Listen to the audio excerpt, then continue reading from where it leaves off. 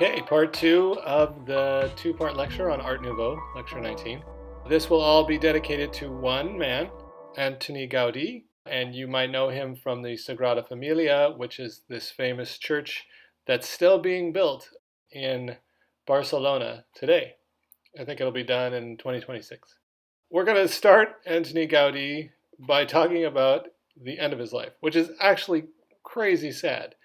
So on June 7th of 1926, he was doing his walk to confession. He was a very religious man, and he was hit by a tram. And because he was so sort of dedicated to building this building and his piety, that he appeared to be a beggar. Like he looked all disheveled. He didn't have any ID in his pocket. So people that saw the accident just thought he was some kind of homeless guy that got hit by a tram. He lost consciousness, and the taxi drivers didn't want to take a homeless guy to the hospital. There was a doctor that lived nearby, and he went to examine him, and he concluded that nothing could be done. And then a police officer eventually took Gaudi to the hospital, where he got basically the care that, a homeless person would receive, not someone that was venerated for building amazing things all throughout Barcelona. The next day, a priest from the Sagrada Familia went to the hospital, recognized him, and told the hospital, "This is Gaudi, what are you doing?" But it was too late. He died 2 days later from accidents and because the care was so poor. So I'm not sure that's a lesson or a moral or anything. It's just a really interesting anecdote to me because it shows like how dedicated he was to his work, that he forgot about looking like a person that takes care of themselves. As far as influences on the things that he made, he was fascinated by three things: architecture, nature, and religion. And you'll see these all come together. People call him God's architect because of the Sagrada Familia. And he had kind of a prolific career as an Art Nouveau, but a little bit outside of the box Art Nouveau kind of a guy. The first Gaudi building we'll look at is the Casa Batlló, and it draws on Islamic, Gothic, and Baroque traditions. And Baroque, now you know that it means like dynamic and dark and light. The facade is this dreamlike fantasy of sandstone sculpture and multicolored glass mosaic, and the interior is full of undulating lines and Islamic patterns. And if you don't know, for like 700 years, the Muslims did rule over Spain, and so there's a lot of buildings in Spain that have Islamic influences. So it's not that strange that this Catholic country would have buildings that had Islamic influences. The roof resembles a dragon lying down with the sword of St. George emerging from its back, and this is from the very popular religious story of St. George slaying the dragon. Sometimes this building is referred to as the House of Bones, and when you look at the windows structure, you can kind of see that it looks like long femurs or other kinds of bones from a human body. And similar to Horta and Guimard, everything is of a piece. It all fits together. The furniture, the hallway design, it's all supposed to have one unifying look to it. I've included a video with this. It's from like a cruise line, Viking Cruise Lines. But it does a really good job of showing you the works that Gaudi does. It's highly well produced and it's a little cheesy, but it's pretty good in that it shows like these as amazing tourist destinations. If you have never been to the Park Güell or the Sagrada Familia and you're going to go to Barcelona, you can't miss these things. They're amazing. So the Park Güell is a whole thing that he designed with houses and other kinds of structures in them. And you can see in this park bench that he made, there's this undulating line that we talked about in the last part of the lecture in Art Nouveau.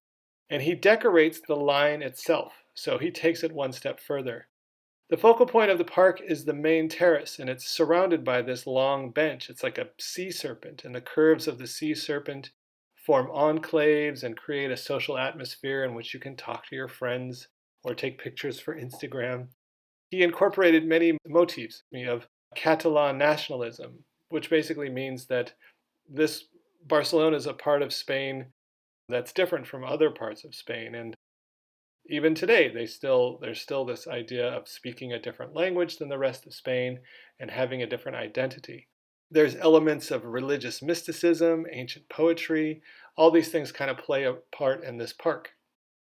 Gaudi borrowed from everything to kind of make it his own. He made this gate for the Park Güell that has elements of the Middle Ages.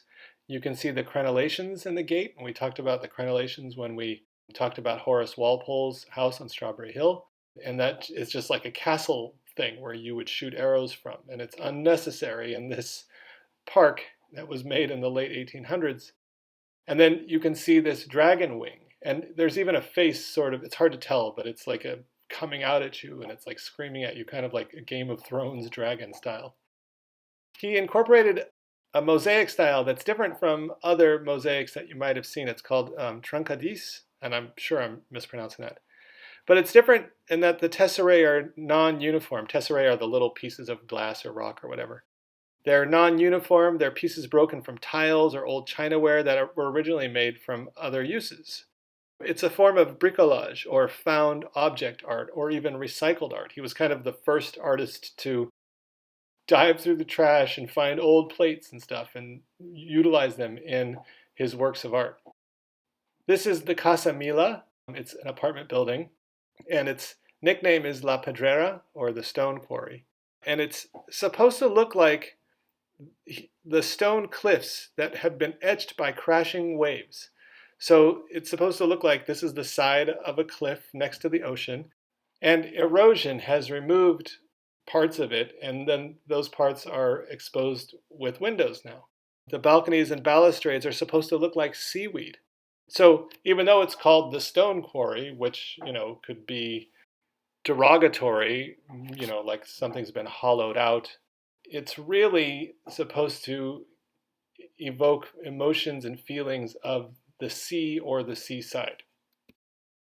On the top of the Casa Mila, he makes these really weird sort of chimney tops that look like stylized knights, medieval knights. This whole thing is really funky, and it's weirdly shaped, and it's really undulating. I mean, if you're looking for undulation in your building, go no further than the Casa Mila.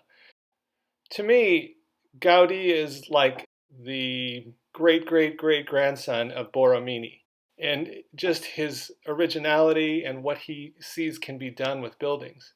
And if you take that further, you can see Frank Gehry buildings of today that look like smashed pieces of paper on the ground or something, and they're all wavy and wonky. And you might be able to see this like lineage between Borromini, Gaudi, and Gehry. Okay, this is the masterpiece though, the Sagrada Familia. He carried the Art Nouveau style far beyond the application of just a surface decoration. There are no exact right angles to be seen inside or outside this church, and there are few straight lines in the entire design. The Nativity Facade was built before work was interrupted in 1935, and it has the most work done by Gaudi. Originally, he intended for this facade to be polychromed, and for each archivolt to be painted with a wide array of colors. He wanted every statue and every figure to be painted. In this way, the figures of humans would appear as much alive as the figures of the plants and animals. But of course, it didn't happen. And sometimes people would ask him, this is going to take forever. And Gaudi is said to have remarked, my client is not in a hurry. I guess he's talking about God. And this church is like no other Catholic church in Christendom. The layout is a Latin cross with 5 aisles. Latin cross just means like a plus sign, maybe. Instead of Gothic arches, they're meant to look like trees. It's supposed to be nature holding up the ceiling. And besides branching to support the load, their ever-changing surfaces are a result of the intersection of various geometric forms. There's a square base that evolves into an octagon as the column rises, then a 16-sided form, and eventually to a circle. So these columns change as they grow up to the ceiling. All right, we'll leave it there. I'm going to leave you with this hilarious meme. I think the original painting is at the Legion of Honor Museum in San Francisco, by the way.